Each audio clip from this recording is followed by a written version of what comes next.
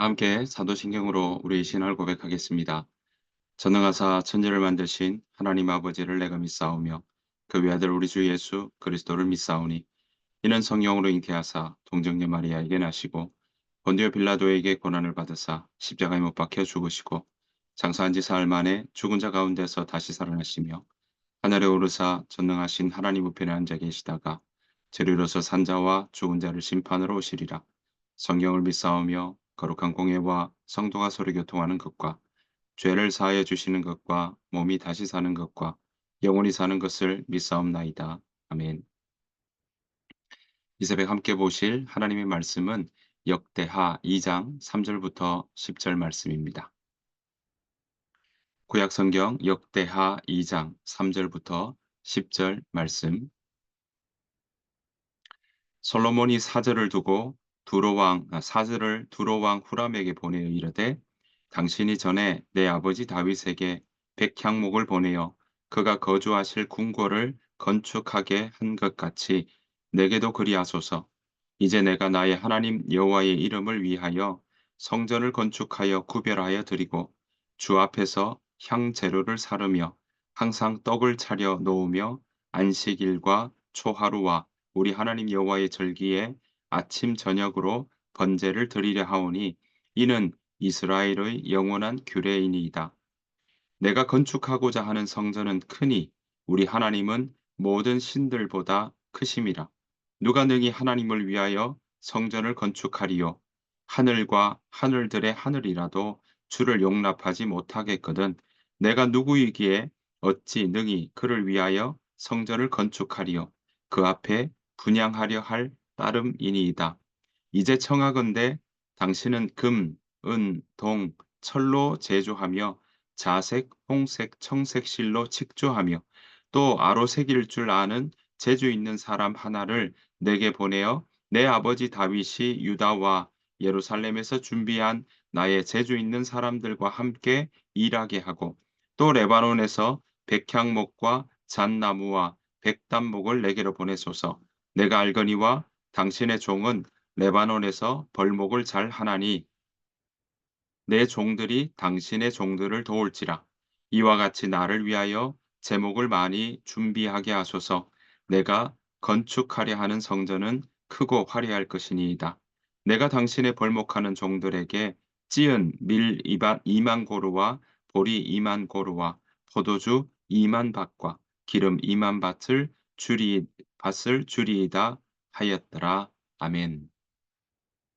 오늘 하루도 우리 주님의 은혜와 평강이 여러분들의 삶 가운데 가득하시기를 간절히 축복합니다. 자, 오늘 역대하 2장에서는요, 하나님께서 이 솔로몬과 함께 하셔서 그 왕권이 확립이 되고 또 강력하게 이제 서 나가는 것들을 우리가 볼 수 있습니다. 함께 읽지 않았지만 1절, 2절 보면 이제 그 여호와의 이름을 위하여서 성전을 건축하기로 결심하는 그런 모습들이 나오고 있습니다. 자, 그래서 오늘 이 성전을 건축하기 위해서 그가 어떤 과정을 거치는지 오늘 역대하 2장에 이야기하고 있습니다. 그래서 솔로몬이 성전을 건축하기 위해서 일꾼들을 모집하고 그리고 두로왕 후람이라고 나오죠.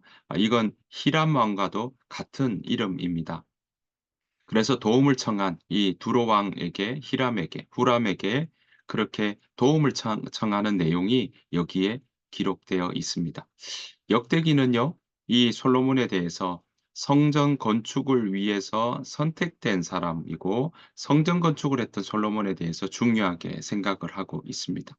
왜냐하면 이 성전이 바로 포로로 가서 다시 돌아왔던 사람들에게 그들의 삶의 중심이 바로 성전이어야 한다라는 부분을 강조하기 위함이고요. 그 성전을 지었던 솔로몬을 부각시키는 모습도 여기에서 나오고 있습니다.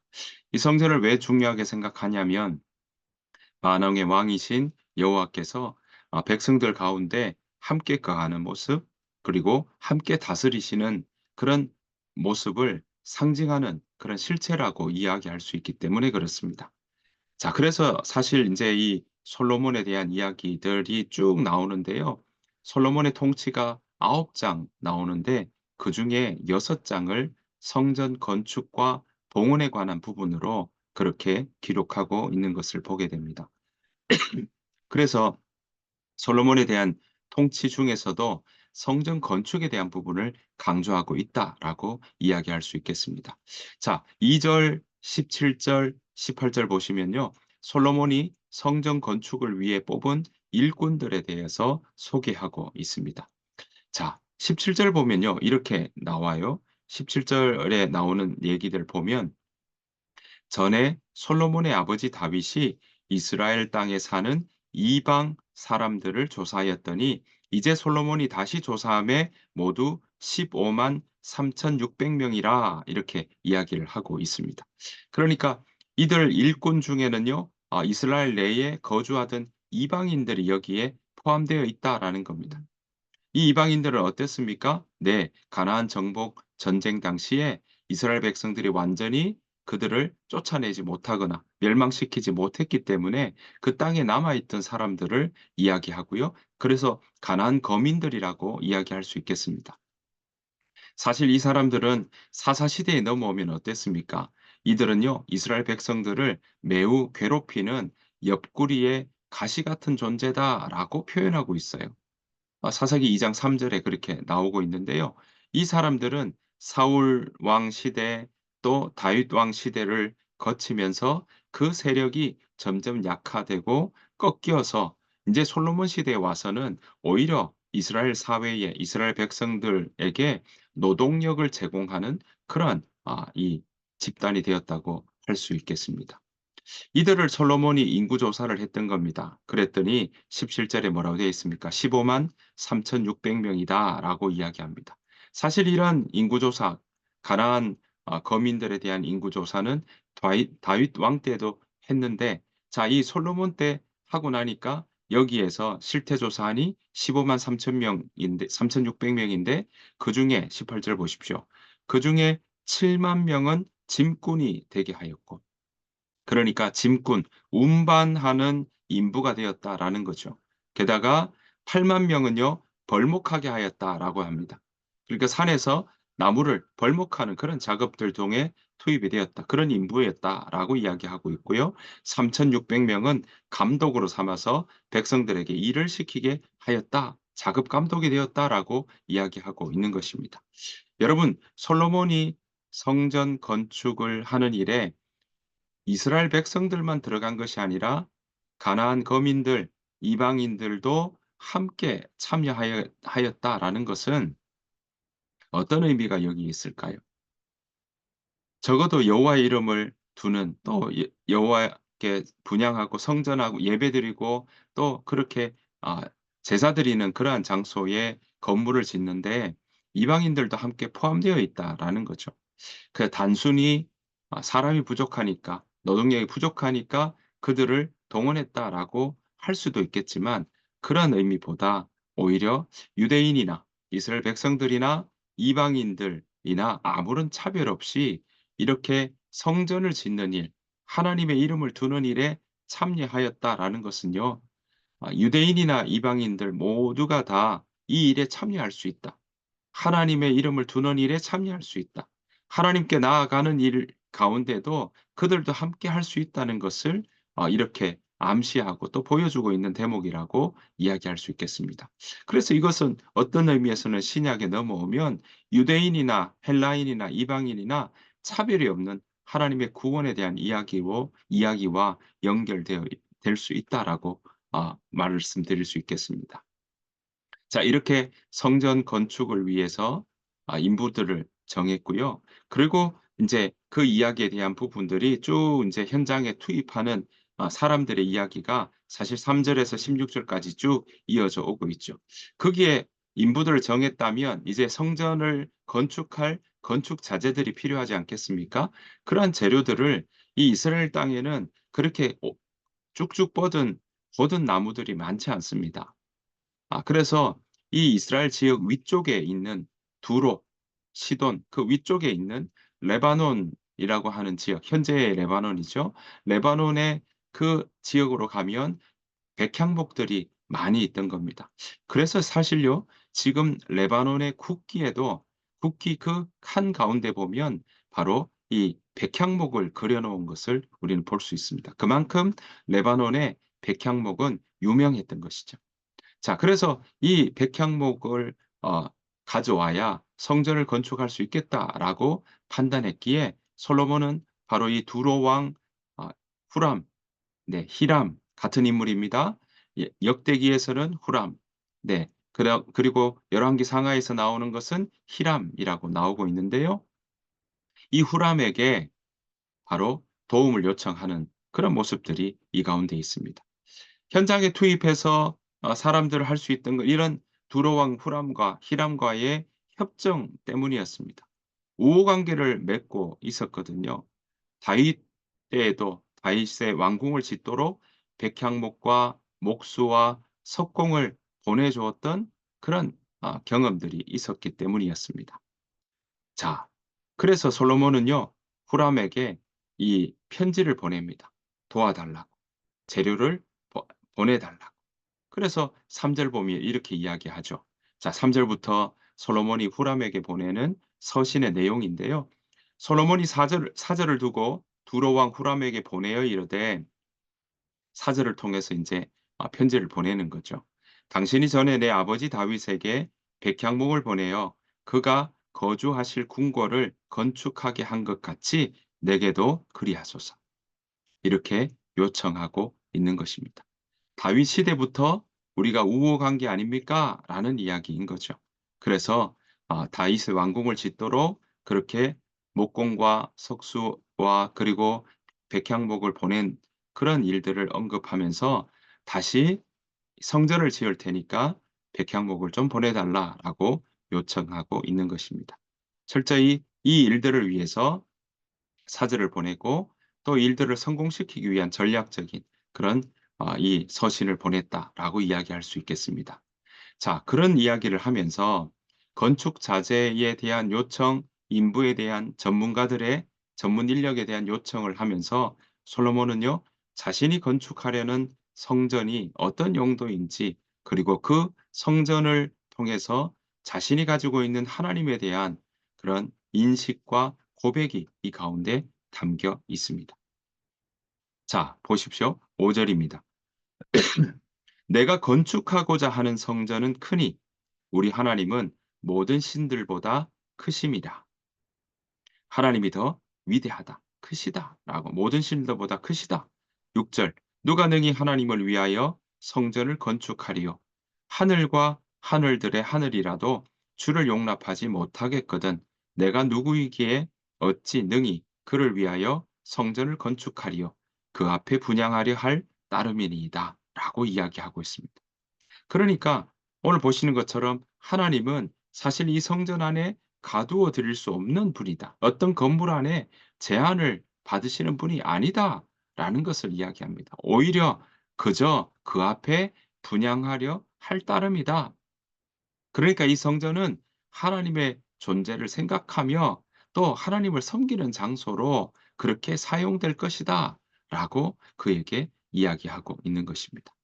그래서 이제 7 절부터 "청하건대" 하면서 "재주 있는 사람 보내 달라." 그리고 8 절에 "레바논에서 백향목, 잣나무, 백단목을 내게 보내 달라."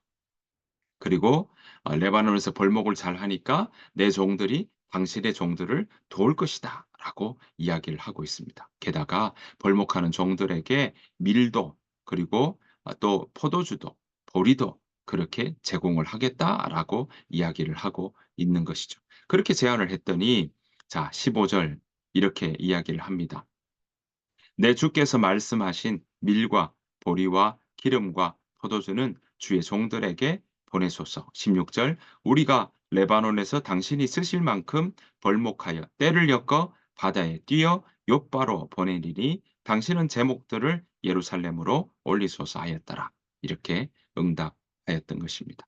욥바는 항구 도시거든요. 그래서 구약 시대에 나오는 유일한 항구 도시가 바로 욥바입니다. 요나도 욥바에서 인제 배를 타고 나갔던 것들 우리가 보게 된다면 욥바는 그 당시에 아주 오래된 항구 도시라고 이야기할 수 있겠습니다. 그래서 이 나무들을 육로가 아닌 해 해상 위로 해로로 해서 그렇게 욥바로 보내겠다라고 약속을 했던 것입니다. 사랑하는 성도 여러분, 오늘 이 성전을 짓기 위해 솔로몬이 하나하나 절차를 밟아 나가고 있는 것을 보게 됩니다. 게다가 그 밟아 나가는 과정 중에 그 마음에 성전을 짓기로 한 그 마음의 심중이 어떤지, 하나님에 대한 고백이었던지 오늘 이 두로 왕 히람에게 후람에게 보냈던 이 편지 내용을 통해 우리는 살펴볼 수 있습니다. 저와 여러분들의 살아가는 일 가운데 하나님에 대한 고백과 인식들은 참 중요할 것입니다. 왜냐하면 그 하나 어떤 하나님을 믿느냐라는 것도 우리에게 너무나 중요한 일이기 때문에 그렇습니다. 솔로몬은 이 일들을 자신은 하늘의 하나님이라고 하고 하나님 위대하신 하나님에 대한 고백들을 하며 그 하나님을 모시고 섬기고자 하는 그 열정과 믿음들이 이 가운데 있는 것을 보게 됩니다. 사는 성도 여러분, 저와 여러분들의 삶 가운데도 하나님을 섬기고 또 하나님께 예배하며 하나님을 따라가는 그런 믿음의 삶의 모습들이 식어지지 않기를 소원합니다. 그리고 시간이 갈수록 그 열정들이 더해지기를 아 바랍니다. 그러한 열정과 또 그러한 소망을 가지고 오늘 하루하루 살아가는 동안에 제한이 없으신 하나님, 그리고 우리와 함께 하신 하나님, 그래서 성전으로 또 성막으로 내려오셔서 그들과 함께 하시기를 원하시는 하나님의 모습을 보았던 것처럼 오늘도 우리 일상 가운데 함께 하시는 하나님과 내가 예배하며 어디에 있든지 예배하는 자로 살아가겠다. 또 그 예배를 드리는 하나님이 바로 제한 없으시고 창조하신 하나님이시요 우리에게 은혜를 베푸신 하나님이시라는 사실을 우리가 기억하며 오늘 하루도 살아가는 저와 여러분들의 삶이 되시기를 간절히 축복합니다. 오늘 하루도 그 마음으로 우리가 한 걸음 한 걸음 살아내기를 소원합니다. 일상에 하나님과 함께하는 그러한 즐거움이 또 하나님과 함께하는 그 가운데 누려지는 은혜와 기쁨이 오늘 일상 가운데 가득하시기를 간절히 축복합니다. 주님께서 가르쳐 주신 기도로 마치겠습니다. 하늘에 계신 우리 아버지여, 이름이 거룩히 여김을 받으시오며 나라가 임하옵시오며 뜻이 하늘에서 이루어진 것 같이 땅에서도 이루어지이다. 오늘 우리에게 일용할 양식을 주시옵고 우리가 우리에게 죄 지은 자를 사하여 준 것 같이 우리 죄를 사하여 주시옵고 우리를 시험에 들게 하지 마시옵고 다만 악에서 구하시옵소서. 나라와 권세와 영광이 아버지께 영원히 있사옵나이다. 아멘. 오늘 말씀을 생각하시면서 우리 시간 함께 오늘 하루를 두고 또 우리의 삶을 두고 우리의 일상을 놓고 우리의 가정과 또 직장과 우리의 일들을 놓고 함께 기도하며 나아가기를 원합니다. 하나님과 함께하는 오늘 일상이 되게 하시고 주와 동행하는 귀한 복된 하루 되게 해 달라고 우리 이 시간 함께 우리의 일상을 놓고 또 가정을 놓고 또 우리 교회를 위해서도 함께 기도해 주시기를 원합니다. 함께 우리가 이 시간 우리 마음을 집중하여서 주님 앞에 하루를 놓고 기도하도록 하겠습니다. 다 같이 기도하겠습니다.